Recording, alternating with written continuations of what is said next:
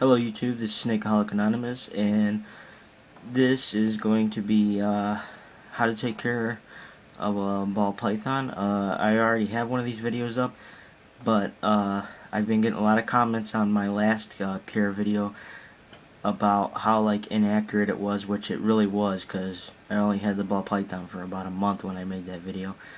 So now that I've had my ball python for a whole year, I'm a lot more experienced with them now, and I could tell you basically everything you need to know when you first get it and through its first year of life. So let's get started with this video. Alright YouTube, so let's see here. I made a list of the things that I'm going to go over, and the reason I did that is because I made a video about care before and I didn't upload it because I missed a lot of key things, so I wrote it down this time so I don't miss anything, and comment if I miss anything. So first we're going to start off with heating and humidity for ball pythons. The two things that a ball python can get heat from is a heating lamp, which I got a clamp lamp. It only cost you about $12 at Petco, so you need a little clamp lamp. It doesn't come with a bulb or anything, just that, and it's got a little switch here that turns it on and off, and then on. And you could put pretty much any bulb in there. These only go up to 75 watts, so you can't put no more than 75 watts. You can, but it's not recommended because it's a fire hazard if you do that. So, and now another place that ball pythons get heat from is an under tank heater, which I have right here. You can see the cord right here, and the under tank heater is up under there. It's just I use a regular heating pad that you would use for your back or anything like that, like for muscle aches or anything like that. But that's what I'm using for this. It's my under tank heater. I also like that it's got settings. It's got off, low, medium, and high. So usually at night I'll keep it on low, and then during the middle of the day I'll put it up to medium, and I don't usually go to high. So that's where so I can control it throughout the day. Right now it's nighttime, so it's on low. So those are the two places they can get heat from. And another thing you want to get is a thermometer, which I have here. It's a regular ZoomEd digital thermometer. It has Fahrenheit and Celsius. It's got a little probe thingy, which is right there, and it comes through a long cord, and the cord comes all the way out here and connects to that. It's meant for substrate, but I just mostly measure the air temperature. So right now it is saying 72 on the cool side, and usually it's around 80 on the hot side. I want to go over also hot and cool side. This is my cold side, this is my hot side. You're going to want to have two sides. The hot side needs to have the heating panel underneath it. The cool side, I usually put my heating lamp over to give it extra heat over here. Like I said, 72 over here, 85 over here. That's like a 15 degrees difference. So, gets too hot, it goes over here. Gets too cold, it gets over here. So it can regulate its own body temperature.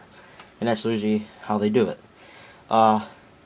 And also, you're going to want to get a hydrometer too, which is kind of wet in there, but that thing, let me see if I can, yeah, that thing way back there, I don't know if I can get a good look at it, you can see it right back there.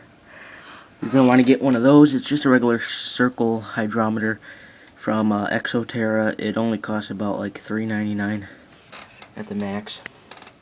It's pretty accurate. Right now it's reading 100% humidity, which should be correct because I did spray a lot this morning. So another thing, now I'm going to start talking about humidity a lot. I use that thing right there. It's called the Mist and Lizard Junior. What you do is you pump that and it mists. It does like a mist. It's kind of like a bug sprayer, but it's for reptiles and stuff. So you put water in it and it mists down their cage. You can do that. You can get a fog, one of those fog machines that not a fog machine, but like a humidifier, and you could put like a hose to it or whatever. You can look that up on YouTube how to make those if you want to do it that way. That produces fog to bring up humidity. But that's how I do it, and it works really well for me.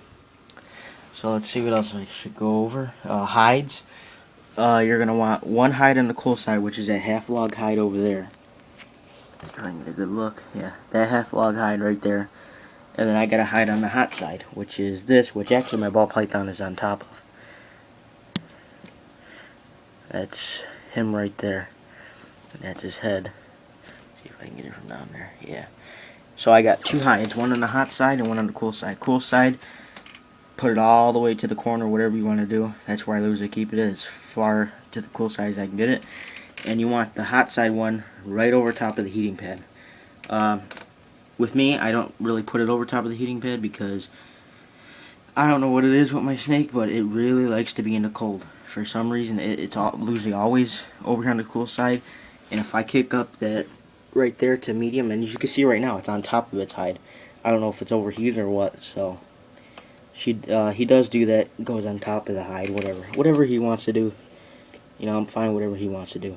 That's actually kind of showing me that he feels a lot more secure, because today I put background in, as you see right there. Lucy, it's just pure glass all around, but I put background in on the sides now. So that's just telling me it feels a little bit more secure, you know, secure enough to sit out in the open. So, which this, I want to go, well, since I went over the hides and heating and humidity, next is cage sizes for ball pythons. When you first get it, I had mine in a Sterilite tub. One of those little Sterilite tub thingies, you know, whatever. That's what I had mine in. When you get them, they're about maybe 12 inches long. About a foot long your ball python will be. If you get it when it's, you know, hatched. So, when I got it, it was a month old, and it was only about 12 inches long. So I put it in a little Sterilite tub thing, and just had two hides in there, whatever. But then as it started to get a little bit bigger, when it hit about 19 inches, that's when I stuck it inside of a 10-gallon tank. And I kept it in a 10-gallon tank for a little while, and then when it finally hit 2 foot, I stuck it inside of a 20-gallon tank, and I had it in there for about 5-6 months. And now, just about 2 weeks ago, this is my new tank. It's a 40-gallon, 40 breeder. I just moved it up to the 40-gallon, and now it's about 30 inches long. So right there, you know, it's about 2 foot 6 inches or whatever. I know it's about 20, at least 29 inches long now. You can't really tell since he's curled up, but if I had him stretched out, he would reach from about here all the way to here. So he's about that long.